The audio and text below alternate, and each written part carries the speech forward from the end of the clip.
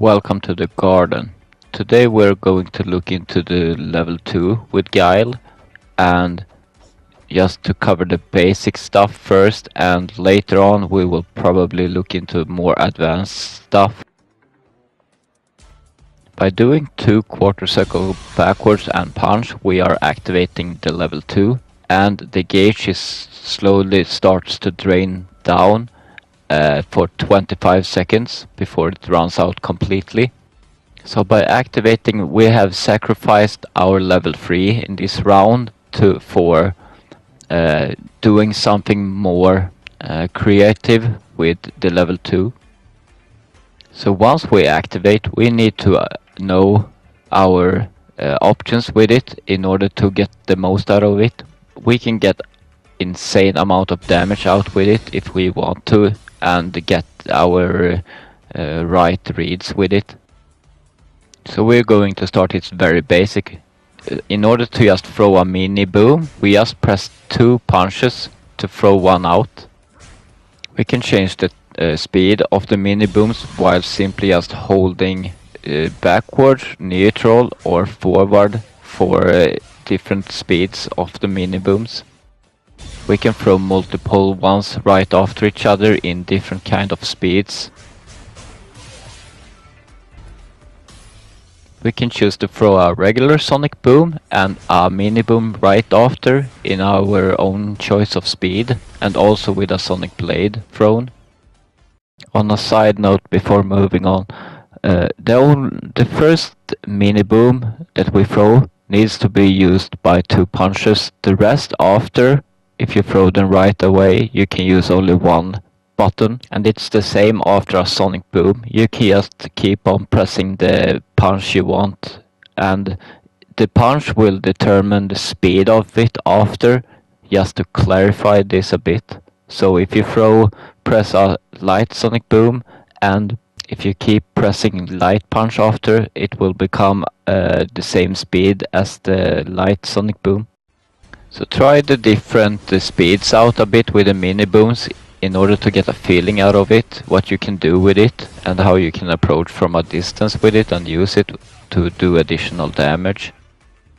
So when it comes to practicing with the level 2, it can become a bit annoying to just do this over and over and over again just to activate, because it takes so much time. So we will go into this setting right here, the character specific settings. In here we can adjust Guile's level 2, so we either have standard, maximum or infinite gauge for it, so we can use it how we want. Now it will not drain out, but we can only do the same things like before, but we can just do it over and over and over, so we can speed up our practice with it. So with infinite on, you can throw 5 mini booms in a row, and if we put on standard, I will show that it works just the same. You get 5 hits as with infinite, so you cannot cheat and do things that you cannot do with infinite on. So either put on infinite or maximum, depending of your choice when it comes to practicing with the level 2, because it's so much easier to use it. Next up we will talk a bit about how much ship damage it does, because it's a great way to close out a round with a true block string of mini booms, because they cannot do anything while they are in burnout.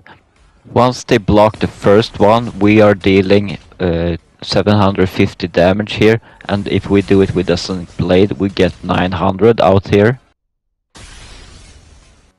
Let's say your opponent has just a tiny bit of health left and you want to ship them out. You can actually do a line of sonic booms that it cannot jump over with a regular jump, and I will show it right here how we are doing it. So I will record Guile doing it right here. So by just throwing a light sonic boom, you can just hold backward and tap light punch to get the line out in a perfect line. So this makes it impossible to jump over it with a regular jump like Ryu is trying here.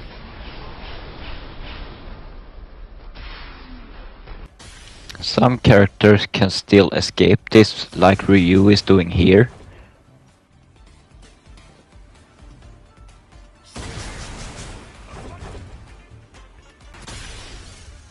So instead of mashing out the mini booms, we throw them slower. Even if we extend the line, Ryu is still able to do an air tatsu to get over it, but we can be prepared after to punish him while on his landing. I will not go into more details about every specific character's escape out of this line of mini booms, but as long as you note that they have an escape, it's a good start.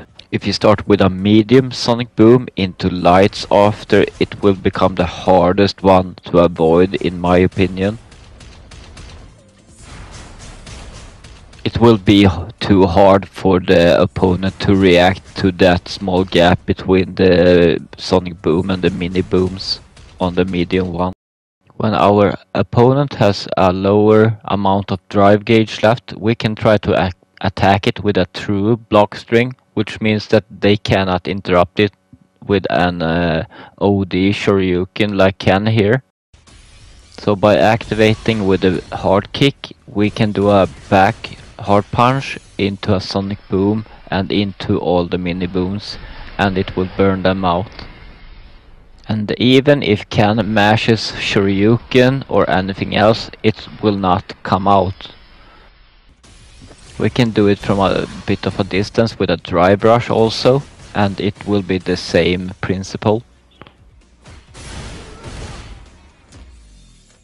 So after you activate, you can just view their gauge a bit, and if it looks like this, you will burn them out with this sequence.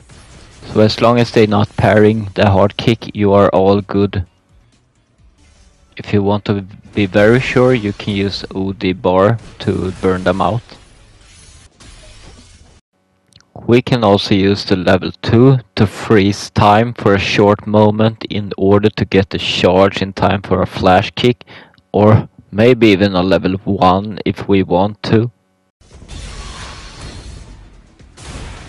So if it's either the last round or in a situation where both players will die within one hit, I think this is a good way of securing your win in the round.